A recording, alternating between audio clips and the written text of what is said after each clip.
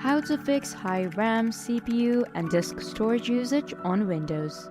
In today's video, I'll show you a couple of ways on how you can fix this. For the first one, you just have to head to the start icon and do a right click. Now select Run. Here you need to type in services.msc.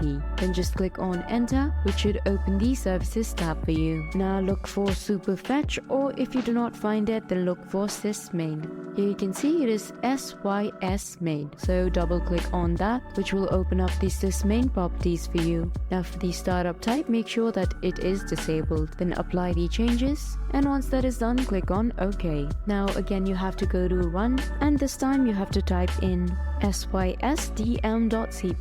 This will now open the system properties for you with tabs like computer name, hardware, advanced, and system protection. You have to head to advanced, and you have to go to settings, that is under performance. Usually on the performance option, let Windows choose what is best for my computer would have been selected, but you have to switch it to adjust for best performance and then apply the changes. Once you have completed that, let's head to Task Manager. For that, you're gonna have to do a right click on the start icon, and you should be able to see it right on the pop-up. Now from all of the tabs here, you have to go to Start Up, which will show you apps that are enabled or disabled during startup. Go through all of it, and for any of the unnecessary apps that you do not need during startup, make sure that you disable it. For that, all you have to do is go to the app that you want to disable and do a right click. Now you just have to select disable and you are good to go. Please keep in mind that you cannot do this for graphics, audio, security, or Wi-Fi. This is for the apps that are completely unnecessary when your computer starts. Once you have disabled all of the unnecessary apps, let's move on to the next step.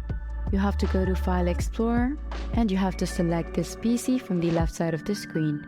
My drive C is the example of what your drive C should not look like.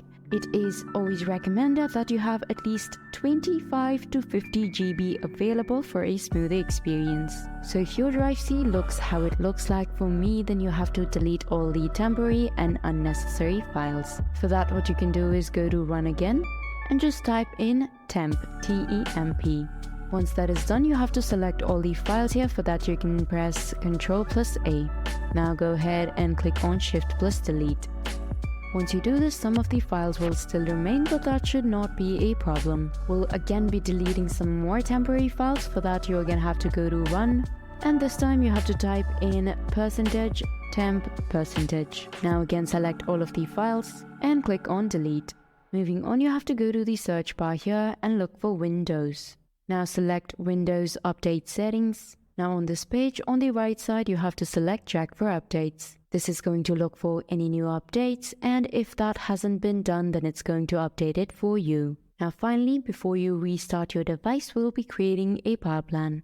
You have to just head to the search bar and type in Power Plan. Then here you'll be able to see Choose a Power Plan. In the Power Options tab, you just have to select Create a Power Plan. Then we recommend that you switch it to high performance. Once that is done, click on Next. And now you have to click on Create. So after you've completed that, just go ahead and restart your computer. Upon restart, and when you get back, we'll now be running a scanner. Once you are back on your laptop or PC, just go ahead and click on this arrow icon right here. Then go ahead and click on this shield icon, that is Windows Security. On this tab, you have to head to Virus and Threat Protection. Then coming to the right side, you have to select Scan Options. The scan that you want to run is a full scan. Once this has been selected, go ahead and click on Scan Now.